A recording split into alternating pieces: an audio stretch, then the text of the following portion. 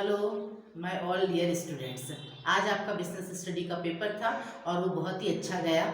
तो उसी तरह से आपका जो लास्ट पेपर अकाउंट्स है वो भी बहुत अच्छा जाएगा, मुझे उम्मीद है। ठीक है ना, क्योंकि आप सबने बहुत अच्छी तरीके से तैयारी किए हैं, आपकी पढ़ाई में अभी कोई कमी रह नहीं गई है। तो आज बस मैं थोड़ा सा आपको ये बताना चाह रही हूँ कि अकाउंट्स का पेपर आप कैसे अटेम्प्ट करेंगे। ठीक है ना, तो एग्जाम रूम पे आपका किस तरह का होना है उसके बारे में थोड़ा सा डिस्कस कर लेते हैं। जैसे सबसे पहला है आपका थ्योरी और प्रैक्टिकल क्वेश्चंस। जब आपको क्वेश्चंस पेपर मिलेगा तो उस समय सबसे पहले आपका काम ये रहेगा कि जो क्वेश्चंस नंबर में हर क्वेश्चन में और है, अगर थ्योरी क्वेश्चंस और थ्योरी है तो भी सही है, और थ्योरी और प्रैक्टिकल है तो भी सही है, और प्रैक्टिकल है तो भी सही है। लेकिन आपका काम क्या रहेगा कि आपको उसको प्रॉपरली रीड करना है। और जब आप क्वेश्चन पेपर रीड कर रहे हैं उस समय मेक श्योर कि आप माइंड सेटअप कर लीजिए कि अगर क्वेश्चन नंबर 6 है तो इन दोनों में अगर थ्योरी और थ्योरी है तो कौन सा थ्योरी आपको अटेम्प्ट करने हैं। ठीक है ना, और अगर मान लीजिए प्रैक्टिकल और प्रैक्टिकल भी अगर आ जाता है, क्योंकि ऐसा तो कोई कहा नहीं गया है कि हमेशा थ्योरी और प्रैक्टिकल ही आएगा, और में प्रैक्टिकल और प्रैक्टिकल भी आता है, तो जो प्रैक्टिकल आपको बहुत अच्छे से बनता है उसको आप रखिए। और प्रैक्टिकल और थ्योरी वाला अगर क्वेश्चन आता है तो उसमें भी आप डिसाइड कर लीजिए कि आप प्रैक्टिकल क्वेश्चन अटेंड करेंगे या थ्योरी अटेंड करेंगे। तो ये काम आपको क्वेश्चन पढ़ते समय ही डिसाइड कर लेना है। जब आप लिखने को स्टार्ट करेंगे, आंसर शीट मिलेगा, जब आप स्टार्ट करेंगे लिखना उस वक्त आप कंफ्यूज ना होइए। ठीक है ना, क्वेश्चंस रीड करते समय आपको ये काम कर लेना है। क्लियर हो गया। सेकंड आपका है साइड हेडिंग। जो बच्चा थ्योरी क्वेश्चंस अटेंड कर रहा है, अगेन उसको पैराग्राफ राइटिंग आपको लिखना नहीं है, सिर्फ मीनिंग वाला क्वेश्चंस अगर आया तो वो पैराग्राफ राइटिंग है, अदर रेस्ट ऑफ क्वेश्चंस आपको साइड हेडिंग में ही लिखना है।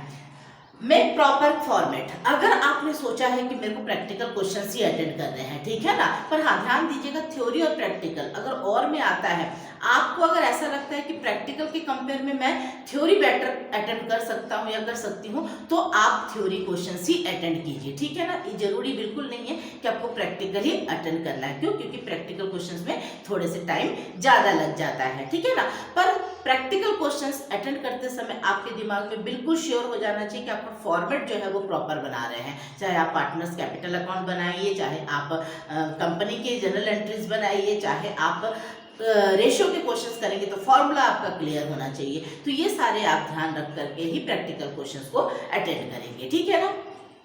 आपका टाइम मैनेजमेंट, ये टाइम मैनेजमेंट जो है वो बहुत ही इंपॉर्टेंट थिंग्स है, क्योंकि आपको मालूम है कि आपके जो भी क्वेश्चंस 23 क्वेश्चंस है, हर क्वेश्चंस में आपको 7 मिनट का समय मिला हुआ है। ठीक है ना, तो ये 7 मिनट का समय है, तो हो सकता है ऑब्जेक्टिव अगर कुछ क्वेश्चंस आपके लेंथी अगर होते हैं तो उसमें आप 10 मिनट दीजिए, लेकिन उससे ज़्यादा समय आपका नहीं जाना चाहिए। इस बात का आप बिल्कुल ध्यान दीजिएगा, क्योंकि कई बार होता है कि हम प्रैक्टिकल क्वेश्चंस बन रहा है तो हम प्रैक्टिकल क्वेश्चंस बनाते ही जाते हैं, लेकिन ये ध्यान नहीं देते कि कितना समय हमारा कंज्यूम हो गया है। ठीक है ना, तो टाइम मैनेजमेंट मस्ट है, क्योंकि आपको क्या करना है, अटेम्प्ट ऑल क्वेश्चंस। जो मैं हर बार आप लोगों से बोलती हूँ कि आपका क्वेश्चंस कैसा भी जाए, आपसे बने चाहे नहीं बने, आपको अटेम्प्ट करना ही करना है। ठीक है ना, जिस टॉपिक में मान लो आपको बन नहीं रहा है तो उससे रिलेटेड कुछ तो आपने पढ़ा होगा, उसी टॉपिक को आप लिखिए, पर क्वेश्चंस आपको छोड़ना नहीं है। ठीक है ना, तो इस तरह से आपको क्वेश्चन पेपर जो है वो अटेम्प्ट करने हैं, और आई थिंक आपका पेपर बहुत अच्छा जाएगा। लास्ट पेपर है, best of luck for your exam.